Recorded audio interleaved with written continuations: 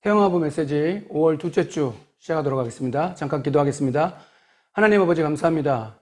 또 5월 둘째 주 어버이 주일을 맞이하고 흩어져서 예배하는 태영아부 모든 현장 속에 다시 한번 주님 말씀을 기억할 수 있도록 주 안에서 부모를 공경하고 또 너 낳은 부모를 기쁘게 하라 말씀하신 대로 오늘도 주신 말씀이 언약이 되게 하시고 인도받는 한 주간 될 수 있도록 은혜 내려 주시옵소서. 우리 구주 예수 그리스도 이름으로 감사하며 기도합니다. 아멘. 하나님의 말씀은 출애굽기 3장 18절부터 20절입니다. 출애굽기 3장 18절부터 20절 말씀을 제가 봉독합니다. 그들이 내 말을 들으리니 너는 그들의 장로들과 함께 애굽 왕에게 이르기를 히브리 사람의 하나님 여호와께서 우리에게 임하셨은즉 우리가 우리 하나님 여호와께 제사를 드리려 하오니 사흘기쯤 광야로 가도록 허락하소서 하라. 내가 아노니 강한 손으로 치기 전에는 애굽 왕이 너희가 가도록 허락하지 아니하다가 내가 내 손을 들어 애굽 중에 여러 가지 이적으로 그 나라를 친 후에야 그가 너희를 보내리라. 아멘. 이번 주간은 어버이 주일로 지키고 있습니다. 올 한 달을 가정의 달로 지키면서 특히 어버이 주일을 맞아서 우리 성도님들 모든 현장에 부모로서 붙잡아야 될 언약, 또 그 언약이 후대들에게 어떻게 전달될 것인지 그 사실을 말씀을 통해서 확인하는 그런 시간 되길 바랍니다. 그래서 이번 주도 부름받은 모세다. 결국은 인생 전체 플랜이다. 부름받은 모세에 대한 인생 전체 플랜. 그래서 걸어갈 30년. 그러니까 이게 학원복음화에 나왔던 메시지인데 우리가 걸어온 30년도 있죠. 그러니까 생각해보면은 그런 가정과 가문의 배경 속에 그렇게 우리가 살아왔단 말이에요. 그래서 결혼을 하고 앞으로 걸어갈 30년을 살아가요. 또 그 복음이, 그 언약이 우리 후대들에게 전달된다 이거죠. 그래서 우리가 이 말씀을 다시 한번 내 인생 전체에 어떻게 하나님 플랜을 갖고 있는지, 그러니까 저와 여러분들이 살아왔고 또 살아갈 30년, 또 그 다음에는 이제 또 후대들에게 전달해야죠. 100세 시대라고 뭐 얘기하지만 결국은 서론으로 우리가 먼저 봐야 될 게 세 가지. 우리가 자립해야 된다. 스스로 자립해야 될 게 뭐냐? 그 첫 번째가 영적 자립이다. 그러니까 이 부분이 우리에게 발견돼야 된다. 두 번째가 경제 자립이다. 세 번째가 삶의 자립이 돼야 된다. 그러니까 모세라는 어떤 인물을 통해서 봤을 때 영적인 자립이 언제 됐냐 이거죠. 영적인 자립. 그래서 사실은 80세 떨기나무 가운데서 사실은 모세는 영적인 자립을 그때 어떻게 보면 한 겁니다. 그러면 뭐 그 80 전에 오늘도 본론에 나올 그런 시간들, 왕궁의 40년이나 또 미디안 광야에서 그 40년이 필요 없었던 건 아니죠. 반드시 필요한 거죠. 그러나 나이하고 상관없어요. 성경에는 시편, 90편, 10절 이렇게 얘기합니다. 뭐라고 얘기하냐? 우리 연수가 70이요 강건하면 80이라도 그 연수의 자랑은 수고와 슬픔뿐이요 신속히 가리니 날아가나이다 이렇게 얘기합니다. 근데 여러분 시편 90편이 성경 말씀 보면은 하나님의 사람 모세의 기도라고 나와요. 그래서 우리 나라에 계수할 수 있는 지혜를 달라고 얘기합니다. 그러니까 모세라는 사람이 자기 인생을 두고 70이여 강건하면 80이요. 그것이 수고와 슬픔뿐인데 신속히 간다 이렇게 얘기합니다. 그래서 우리가 하나님 주신 말씀 통해 어떻게 하면 우리 나라를 계수할 수 있는 지혜를 달랄까? 나라의 계수 할 수 있는 지혜를 주옵소서. 그래서 어떻게 보면은 영적인 자립이 돼야 경제 자립이 됩니다. 왜냐하면 여러분 남자만 60만이에요.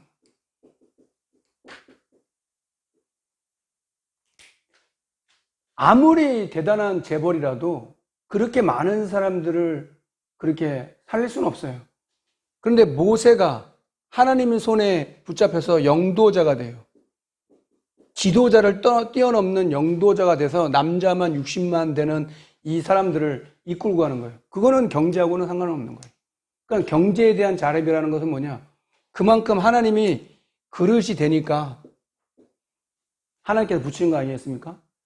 우리 태영아부 남편들, 특히 이런 지도자로서의 그릇? 그렇게 돼야 된다 이거죠. 여러분, 사람하고 소통이 돼야 사실 경제, 물통이 된다라고 해요. 하나님과 통해야, 신통해야 인통하고 인통해야 물통한다는 그런 오래된 그런 말들이 있어요. 그래서 결국은 영적인 자립이 돼야 하나님과의 관계가 바르게 정립이 돼야 그 다음에 경제, 눈에 보이는 거잖아요. 경제가 되고 삶의 자립이 된다.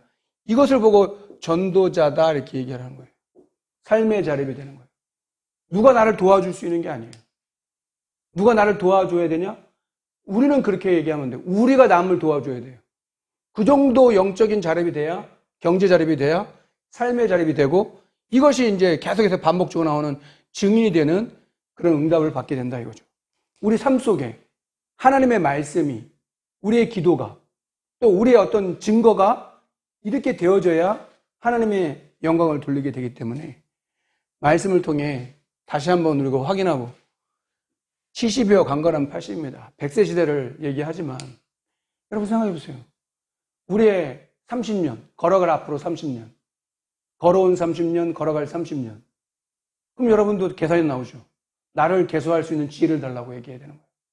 올 한 해도 이렇게 팬데믹이다 해가지고 이 바이러스 때문에 조금 수그러드는 것처럼 보이다가 지금 또 막 일부 지역에는 또 막 일어나잖아요. 우리나라는 그렇다 쳐도 전 세계적으로 봤을 때는 아직까지도 이것이 잡히지 않고 얼음당하고 있거든요. 그럴 때일수록 한 사람의 어떤 언약을 붙잡은 그 사람이 자립이 된다는 것은, 그러니까 아내도 자립이 돼야 되고 남편도 자녀도 그렇게 돼야 되는 거예요. 품 안의 자식이래요. 나를 떠나보내는, 부모를 떠날 수 있는 그런 준비들. 그러니까 모세는 부모한테 짧은 만남을 통해 부모 곁에 있다가, 엄마 품에 있다가 하나님의 특별한 계획을 가지고 그렇게 가죠. 그래서 우리 랩런트들이 이런 자립할 수 있는, 스스로 진짜 살아남는 그런 비밀들이 있어야 하나님의 계획이 맞다.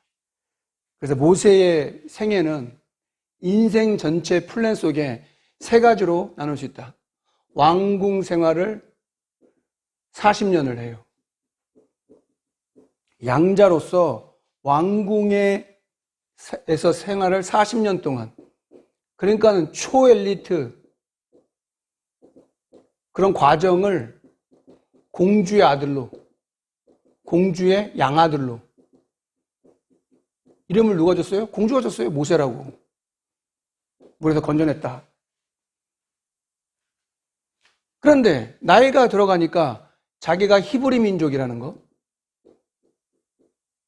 동족이 당한 그런 처한 상황을 보게 된 거예요. 그러다가 자기가 또 이스라엘 사람들을 다투는 것을 보고, 히브리 민족이 다투는 걸 보고, 거기서 이제 결국 도망자의 신분으로 가게 된다 이거죠. 그러니까 우리의 하나님의 뜻대로 되는 거지요. 하나님의 뜻대로 되는 거지 사람의 뜻대로 되는 게 아니에요. 우리의 뜻이 하나님 뜻과 맞을 수 있도록, 그러니까 내 뜻을 자꾸 이루려고, 내 계획을 자꾸 이루려고 하기보다는 하나님의 계획이, 하나님의 뜻이 뭐냐, 하나님의 소원이 뭐냐, 이렇게 돼야지 방황하지 않는 거예요. 80세라고 얘기했지만 사실 80년 동안 방황한 거죠. 아무리 좋은 초엘리트로 그때 당시 최고의 학문을 배웠어도 사실 방황하는 거고, 아무리 좋은 환경을 갖고 있어도 사실은 하나님의 그 절대의 계획이나 그런 떨기나무 가운데서의 어떤 그런 모습이, 그런 부분이 없으면 이렇게 도망자의 신분이 되었다 이거죠. 그러니까 여러분 한번 생각해 보세요. 왕궁 생활을 40년 했던 왕자가 갑자기 도망자의 신분이 돼가지고 미디안으로 가게 됩니다. 미디안 광야로 도망가게 된다 이거죠. 그래서 어떻게 보면은 이 미디안 광야라는 게 최악의 상태 속에 되는 거죠.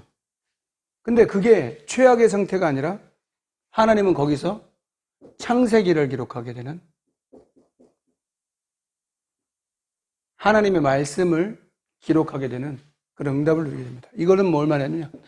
언약을 하나님은 이루신다는 것을 분명히 알았다 이거죠.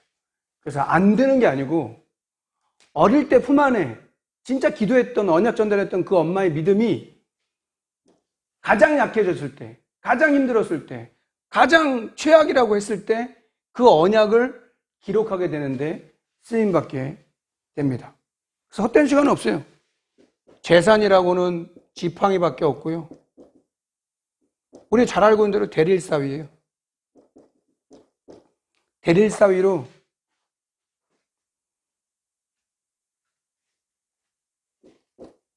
결국은 그렇게 인생이 마감되는 것처럼, 인생이 마감되는 것처럼 느껴졌을 때 하나님은 언제든지 새로운 시작을 하신 것이다. 내 상황, 내 입장, 그건 내 겁니다. 그러나 항상 생각해야 돼요. 하나님은 어떻게 말씀하고 있는가? 그러니까 그 대단했던 엘리야도 바알과 막 아세라에서 850도 일로 싸워가지고 막 불내렸던 그 엘리야도 로뎀 나무에 쓰러져서 죽기를 구하는 거예요. 근데 그 끝이 아니죠. 하나님이 40주야를 갈 수 있는 힘을 주시고 호렙산에서 하나님의 음성을 듣잖아요. 여러분, 만약에 우리가 지금 있는 현장에서 가정이든 직장이든 여기 삶 속에 어떤 상황입니까? 늘 풍부하고 넉넉하고 모든 걸 만족하고 내가 원하는 대로 뜻대로 다 되는 상황이 많기보다는 어떻게 보면은 모세와 같은 상황, 미디안 광야에서 그 40년 무명의 그 시간들을 보내고 아무런 필요 없는 듯한 그런 시간, 내 인생에 있어서 혹 좀 지었으면 좋겠다는 그 시간이 하나님 편에 봤을 때는 가장 중요한 시간이 되는 거예요. 이 시간이 가장 중요한 시간이었다. 만약에 젊은 나이에 내가 힘이 왕성하고 모든 걸 할 수 있는 나이에 내가 했다? 그러면 누구든지 그렇게 얘기할 거 아니에요? 아, 모세가 훌륭하다. 우리가 서울대를 나오고 하버드를 나오고 그냥 석박사에 막 자격증이 얼마만큼 뭐 대단하고 그런 사람을 하나님 쓰시는 게 아니고요. 하나님은 어떻게 보면은 가장 무명한 사람을 사용하시는 거예요. 아무것도 할 수 없는. 하나님, 나는 할 수 없습니다. 하나님만이 할 수 있습니다. 뭔가 있는 사람들은 그렇게 하나님을 의지하지 않거든요. 근데 저와 여러분은 하나님 진짜 복음, 진짜 그리스도, 진짜 성령의 충만함이 아니면 안 됩니다라는 그런 결론을 알고 있잖아요. 그래서 인생이 마감이라고 하는 그때가 새로운 시작이 되는 거예요. 이거는 하나님은 그렇게 할 수 있다는 걸 말하는 거죠. 그러고 나서 남은 40년 가나안을 향하여 이런 응답이 우리에게 준비되어 있습니다. 그래서 세계복음화를 위해 우리의 신분 권세는 세계복음화를 위해서 하나님이 부르신 거다. 그래서 이 응답이 우리에게 있어야 됩니다. 남은 40년이에요. 우리에게 얼마나 남아있는지 알 수 없어요. 우리가 작년만 해도 이렇게 3월달, 4월달, 5월달을 이렇게 보내리라고 생각했습니까? 아무도 예측 못했죠. 그냥 인생이 그런 거예요.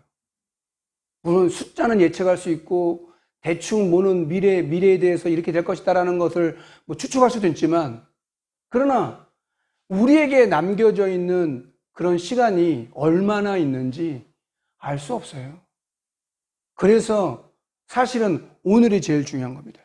오늘이 하나님 가장 중요한 겁니다. 하나님이 나를 부르셨다 이거예요. 하나님의 부르심. 그래서 언약을 회복합니다. 예배를 회복합니다. 하나님 앞에서 언약을 회복하고 예배를 회복하고 뿐만 아니라 사명을 회복합니다. 그때가 하나님이 원하시는 시간표가 되는 거고 응답이 되는 겁니다. 그래서 우리는 흔들리지 마라. 왜냐? 흔들릴 일들이 많아요. 두려워하지 마라. 인생 살다 보면 두려워할 일도 많더라고요. 낙심하지 마라. 왜? 낙심할 일들이 많아요.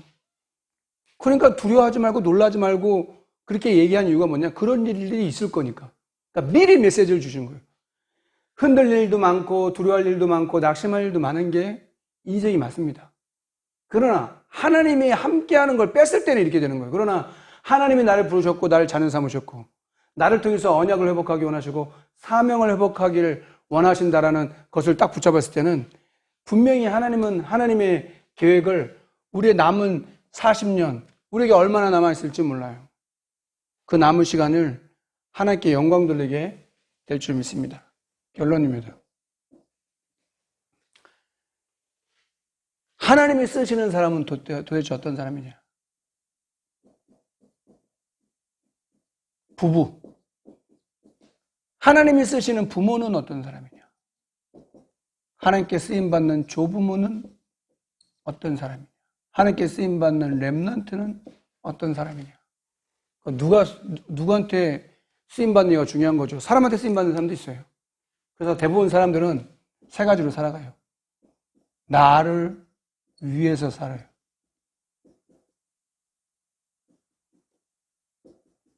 이런 사람들이 90%예요. 나를 위해 살아가는 거예요. 사람은 다 나를 위해 살아요. 뭘 하든 다 나를 위해 살아요. 그리고 어떤 사람은 남을 위해 사는 사람도 있어요. 근데 이 사람들은 되게 적어요. 0.1%? 나를 위해 사는 사람이 대부분이에요. 90%. 99.9%라고 해도 돼요. 99.9%라고 합시다. 남을 위해 사는 사람들이 소수 있어요. 근데 하나님 쓰신 사람은 누구냐? 주를 위해 사는 사람이라. 여러분 맞습니까? 자녀를 육아하고 자녀를 양육한다?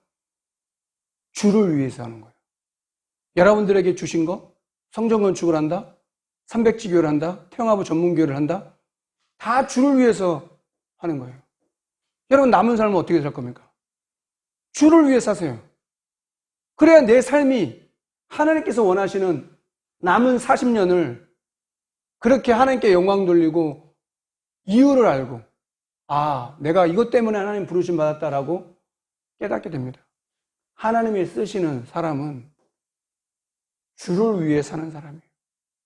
그렇게 될 때 성경에는 그런 응답을 누린 증인들이 되어줄 줄 믿습니다. 그래서 모세가 120년을 삽니다. 요즘엔 100세를 살면은 장수하는 거겠죠.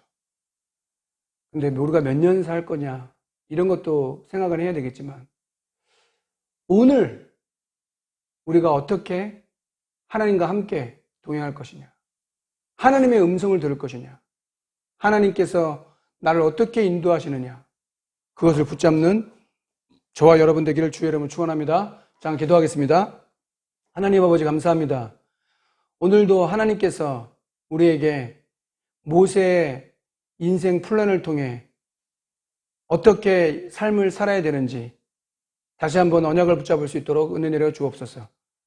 그 출애굽 시대 때 하나님께서 모세를 통하여 하나님의 백성을 가나안까지 인도하시기 위해서 준비했던 것처럼 우리가 당한 시간들은 절대 헛되는 시간이 아니고 분명한 하나님의 계획과 하나님의 뜻을 이루는 그런 과정임을 알게 하시고 우리 모든 태영아부 부부들, 부모들, 조부모, 렘넌트들이 하나님께 쓰임받는 남은 인생을 주를 위하여, 주와 복음을 위하여 쓰임받는 모든 현장이 될 수 있도록 은혜 내려 주시옵소서.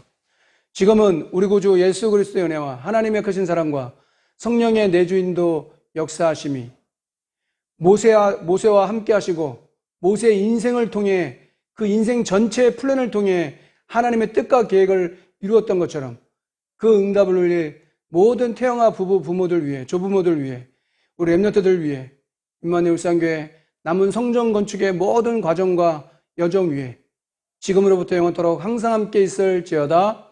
아멘.